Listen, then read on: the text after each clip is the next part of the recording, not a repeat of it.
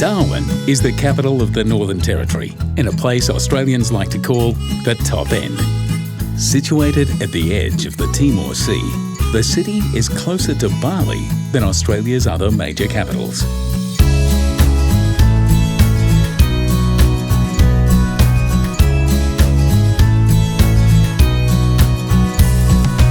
Traditionally the home of the Larrakia people, Darwin was settled by Europeans in 1869. The city's isolation has meant that its population has always been low, and that's just the way the locals like it. Darwin is very much a gateway city. It's the gateway to wild outback adventures. It's the gateway to the Aboriginal Dreamtime. And it's the gateway to a relaxed state of mind that you can only appreciate once you're here. On Thursdays and Sundays, half the city gathers at the Mindle Beach markets. Here, the aromas of cuisines from all over the world mix together under the tropical sky, creating the perfect essence of today's multicultural Darwin.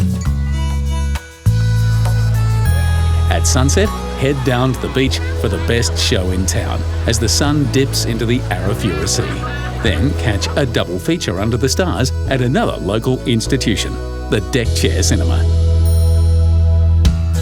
But life here hasn't always been this easygoing. During the Second World War, Japanese warplanes dropped more bombs on Darwin than on Pearl Harbor.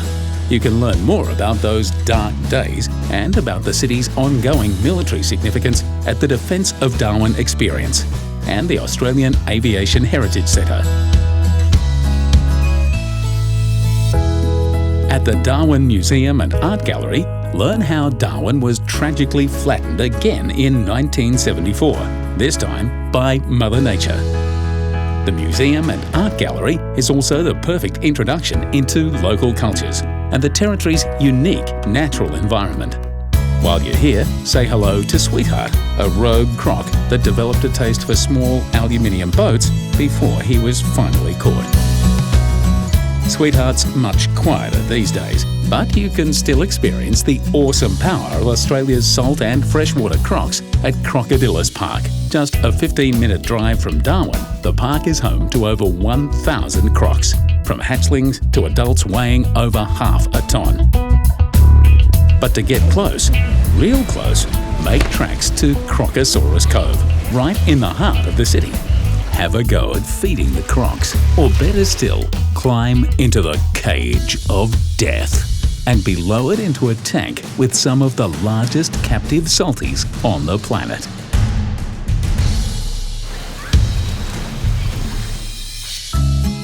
Of course, seeing crocs in captivity is just a little top-end taster. For the best holiday snaps of all, hit the road to adventure. There's over 60 national parks in the Northern Territory, 20 in the Darwin region alone. If you ask a local for their favourite, chances are they'll quietly point you in the direction of Litchfield National Park. Just an hour and a half from Darwin, Litchfield is set around a sandstone plateau crisscrossed by deep, narrow gorges, filled with monsoon forests and croc-free swimming holes. On your way into the park, stop to check out the magnetic and cathedral termite mounds. And when it's time to cool off, immerse yourself in the pure, refreshing waters of Bewley Rockhole, a series of pools which cascade down the hillside to spectacular Florence Falls.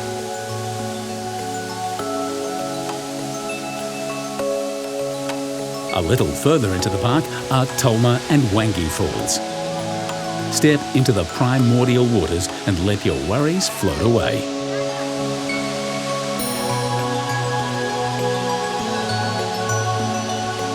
Then climb into the stone country above and let your spirit drift off into a land that time forgot. But if you want to step further back in time, into a place Australia's Aboriginal people know as the Dreamtime, head to Kakadu. Half the size of Switzerland and home to 1/3 of Australia's bird species and some of the world's oldest art galleries, Kakadu is more than a national park. It's a national treasure.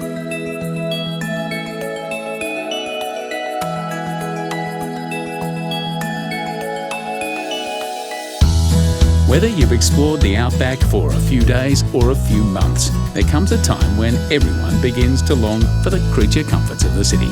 And this is where Darwin comes into its own. It's the perfect gateway back into the world, and not just any world, but the way the world should be. Big-hearted, relaxed, and forever connected to the rhythms of nature and the human spirit.